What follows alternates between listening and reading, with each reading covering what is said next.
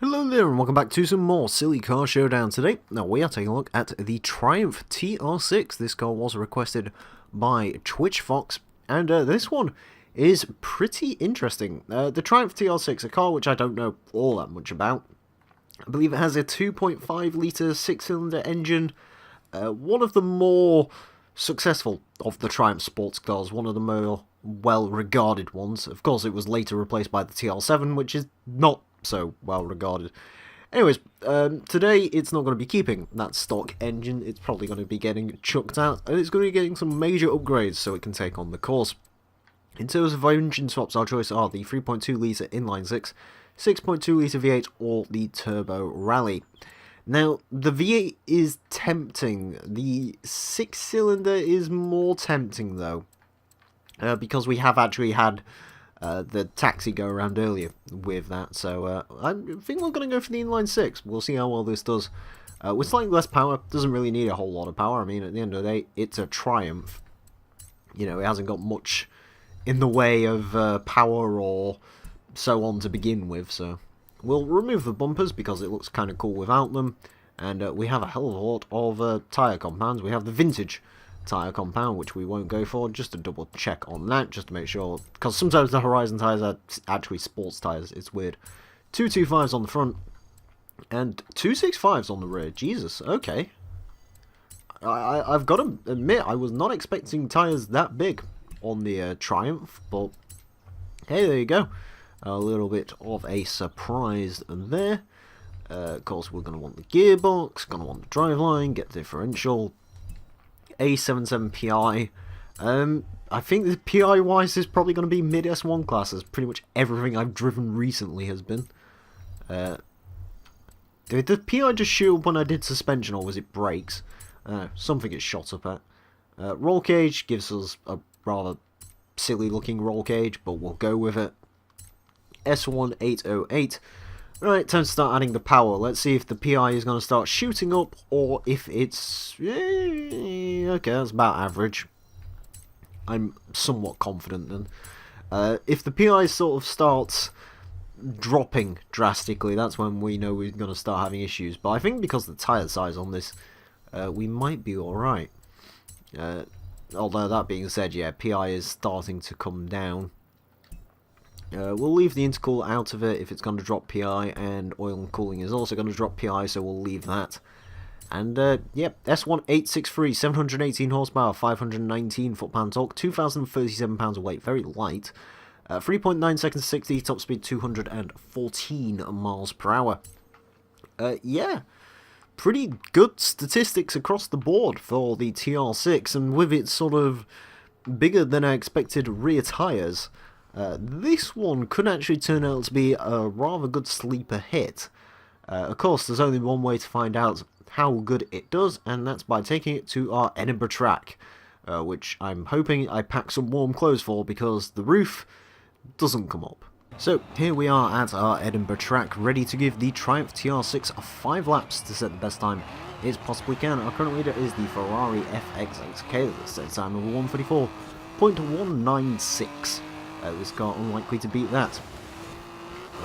Although, to be fair, I'm unlikely to end this recording with my voice currently dying by the sounds of it.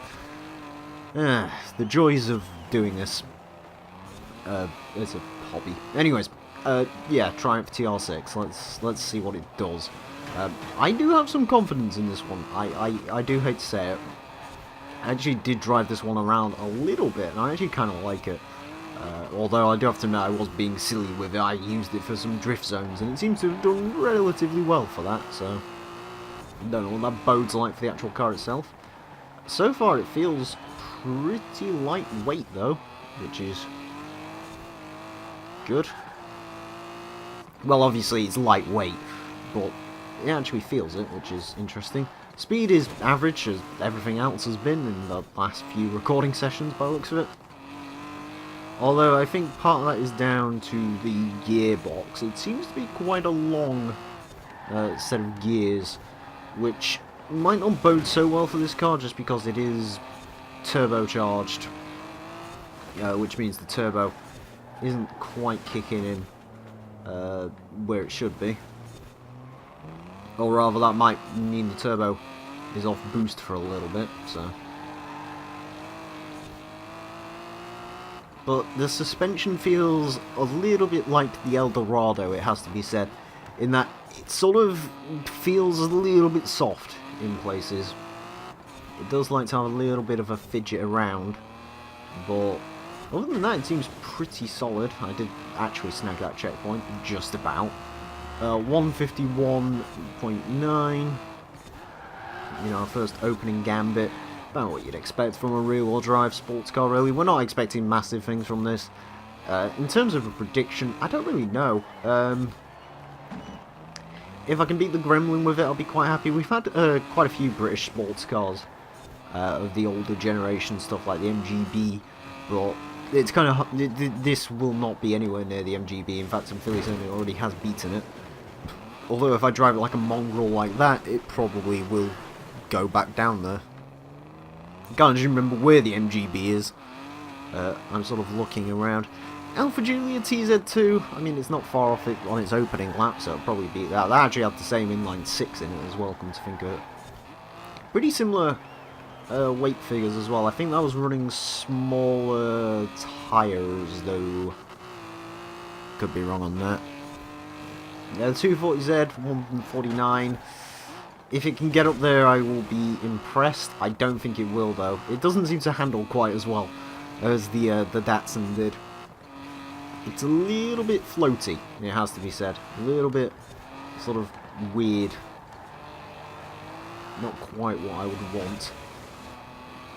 But there you go. That being said, you know, the Subaru took some time to get into, so maybe this will also be down a similar vein. It does kind of remind me a little bit of that EDC Clio in the sense you can definitely tell when the turbo's kicking in this car because it's so lightweight. The turbo doesn't make a whole lot of boost. I think it's only around 18 pounds. But when the 18 pounds comes on, you feel it. You really do feel it.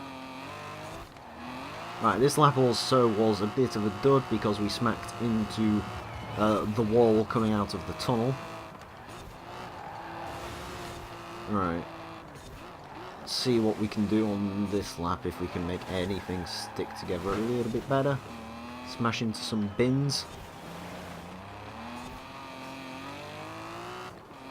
Yeah, the long ratio gearbox is really not a good thing here. Which is a shame. I think... Oh, don't hit that again. Very nearly did.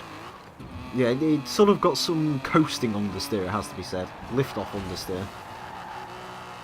Which isn't usually something you find in small, tiny British sports cars, but that's apparently what this car has.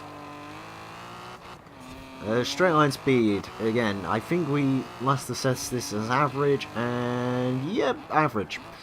Brakes are relatively okay. I think I'm not actually sure if we're discs or drums on this car. I believe it's discs, but I could be wrong. Actually, yeah.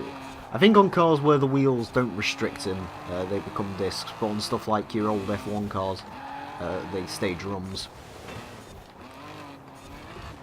There we go. Coming around here. Alright, a little bit better through the switchblade. Still not massively quick, though.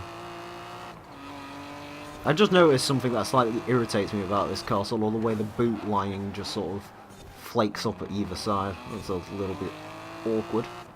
I'm sure there's a reason for it, but it sort of ruins the design of an otherwise quite purposely boxy car.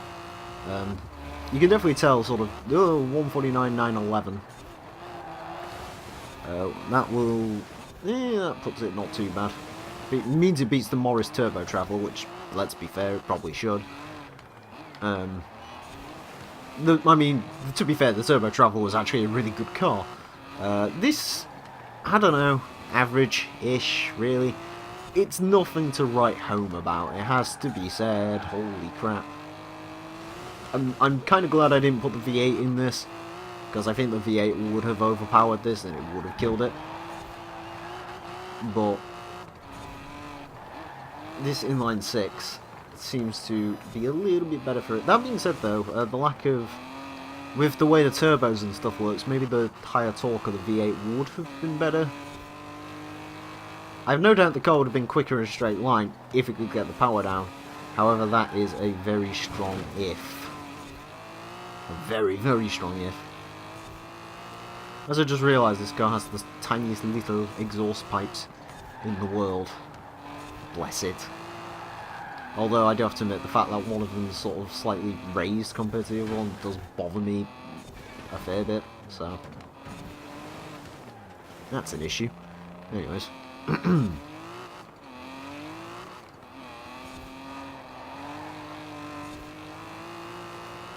Yeah, it's... I don't really... There's not really much more I can say about the Triumph. It's... Oh god. That's not good. It's not quite as good as I was expecting it to be, in all honesty. You know, with the bigger tyre sizes, I was expecting maybe better things out of this. Granted, you know, the Datsun, I think that was running 265s. It's quicker than it... Ooh, actually, hold on. We need a run up to this. I was sort of distracted. Let's get a run up to the line on this one, so we can make the final lap really count for something.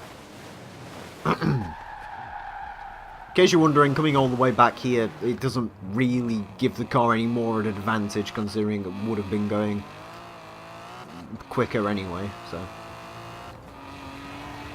Apparently downhill it makes it a lot faster, because it's extremely light, so that's something to bear in mind.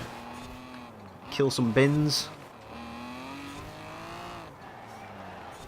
I could have felt the car sort of slightly twitching on some weird pothole substance there. That weird sort of kinks that you get in that road. But thankfully managed to keep it going. Right. Under the bridge, I think that's the first time I haven't almost killed myself on that bridge going around there, which is good. A little bit of slidey action. Up the hill. We'll try and keep it in a straight line again. It's... yeah.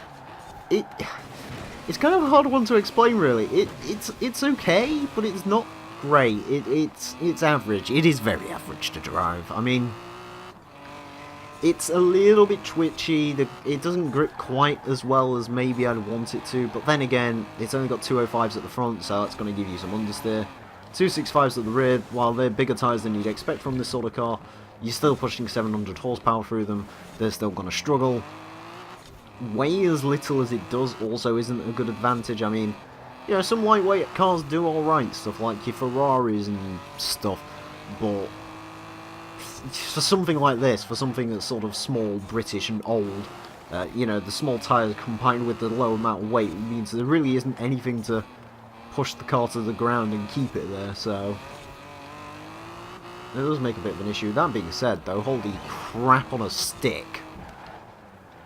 Well, something happened on that last lap to do that. Jesus H. Christ. Huh. Well, this is awkward. I was just explaining why this car is sort of not quite as good as the Datsun, and then it does... To be fair, I think everything went right on that lap to get that to do that, but... Holy crap! That was certainly an unexpected turn of events.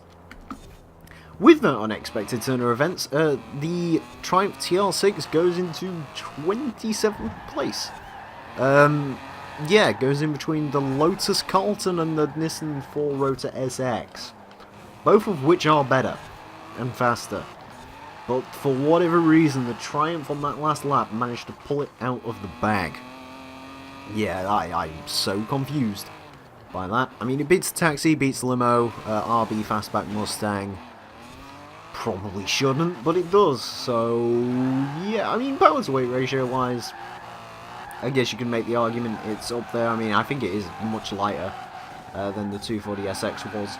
And it actually makes a relatively similar amount of power and torque. But even still, I mean, that is bleeding surprising, let me tell you.